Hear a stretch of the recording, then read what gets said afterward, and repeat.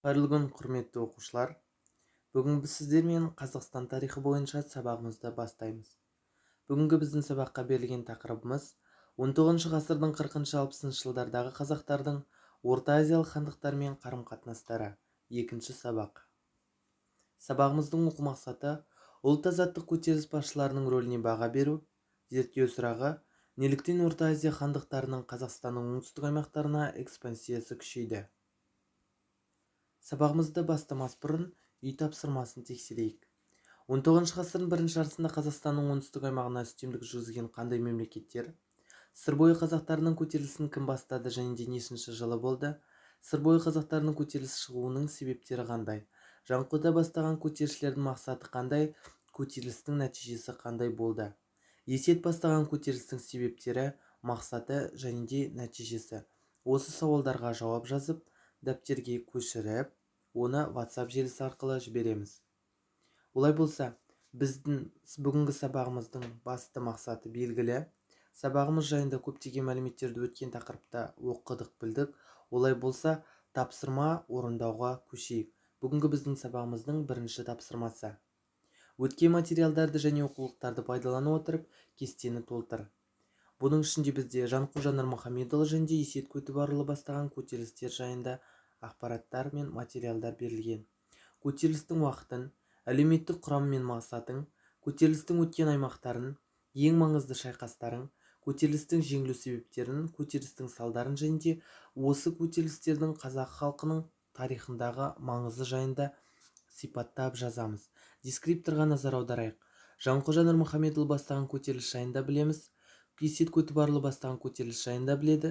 Көтерілістің салдары мен тарихи маңызын сипаттайды. Осы дескрипторға сүйене отырып тапсырманы орындап, кестені толтырып, Есет пен Жанқожа Нұрмұхамедұлы бастаған көтерілістің барысын, салдарын, себептерін дәптерімізге жазып, толтырып, маған WhatsApp желісі арқылы жүктеп жіберіңіздер. Олай болса, келесі тапсырмаға назар аударайық. Алдарыңызда Жанқожа Нұрмұхамедұлы мен Есет Көтібарұлы берілген. Ол кісілер жайында бізге берілген мәліметтерді пайдалана отырып, алдағы тапсырманы орындаймыз. Олай болса, мәтінге мұқият назар аударайық. Жанқожа 300-дің ең атақты батыр билерінің бірінен саналады. Ол қазақ тәуелсіздігі үшін күрескер ретінде орысты да, хиуалықтарды да, қоқандықтарды да, тіпті хандарды да өзін мойындаған жоқ. Тынышпаевтың берген мәліметі. Келесі Есет Көтібарұлы. Халқым, барлығына да ризамын. 15 жасымнан атқа қонып, елімді қорғадым. Жайықтан қонысыма еш дұшпанымды өткізген жоқпын. Енді міне, өмірден өтер күнде таяған сыңайлы. Мені жерлейтін кезде басымды құбылаға қаратпасаңыздар екен. Аяғым батысқа, басым шығысқа қартылса деп сұраймын.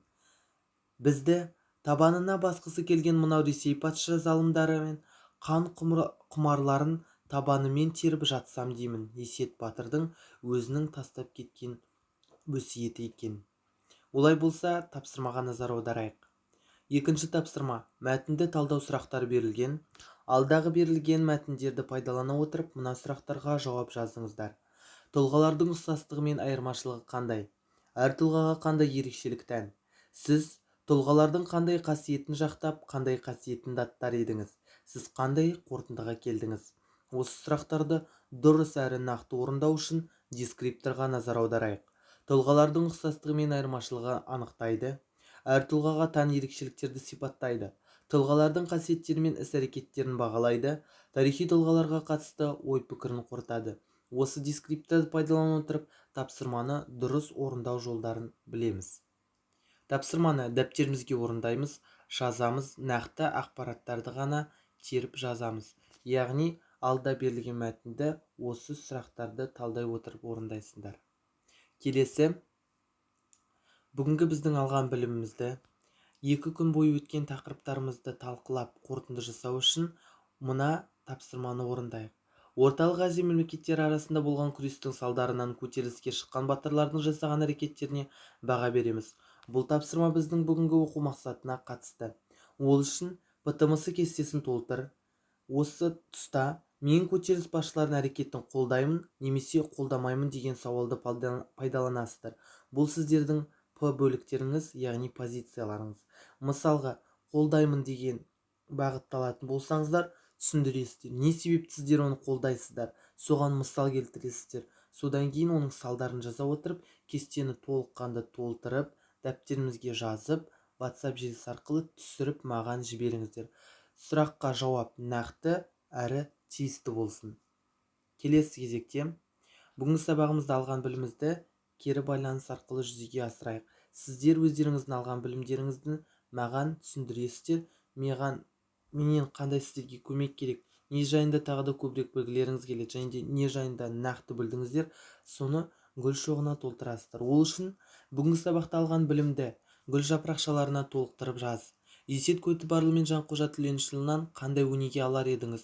Өз ойларыңызды мына гүл шоғына теріп жазыңыздар. Құрметті оқушылар, осы тапсырманы орындап, дәптерімізге жазып жібереміз. Бүгінгі сабағымыз осымен аяқталды. Бүгінгі сабақ сіздерге түсінікті болды деп ойлаймын. Орта Азия мемлекеттері мен қазақтың оңтүстік аймақтарында жүргізілген соғыстар мен көтеріліс басшылары және де олардың арасында қандай әрекеттер болды, сол жайында көп мағлұмат ала білдік деп ойлаймыз. Жалпы 18 ғасырдың 40-60 жылдарында солтүстіктен шапқан Ресей империясымен қатар қазақтың оңтүстік аймақтарын көптеген елді мекендері мен жерлерін басып алуға хиуалықтар, қоқандықтар және де басқа мемлекеттер қатысты. Олай болса сабағымыз аяқталды. Келесі кездескенше қош сау болыңыздар.